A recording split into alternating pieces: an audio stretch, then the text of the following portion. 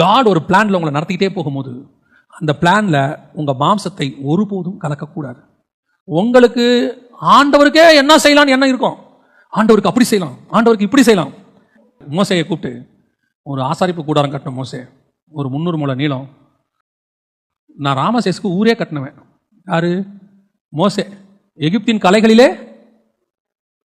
கலைகளிலும் வாக்கிலும் வல்லவன்.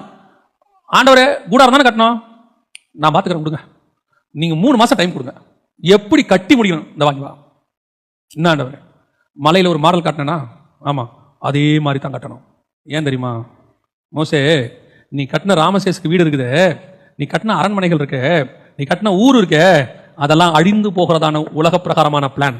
நான் உனக்கு கொடுக்குற ஆசாரிப்பு கூடாரம் இருக்கு, அது பரலோகத்தில் காணப்பட வேண்டிய ஆசாரிப்பு கூடாரத்தினுடைய பிளான். உன் அறிவு, உன் ஞானம், உன் மூளை ஓரங்கட்டு தூக்கி ஓரம் வை எல்லாத்தையும். நான் உனக்கு என்ன சொல்லுகிறனோ அதன்படி செய்வதற்கு நீ எச்சரிக்கையாயிரு. உங்க மேலே என் மேலே இருக்க பிளான் இருக்க, இது சர்வ வல்லமை உள்ளவருடைய பிளான், ஹெவனுடைய கிங்கோடைய பிளான்.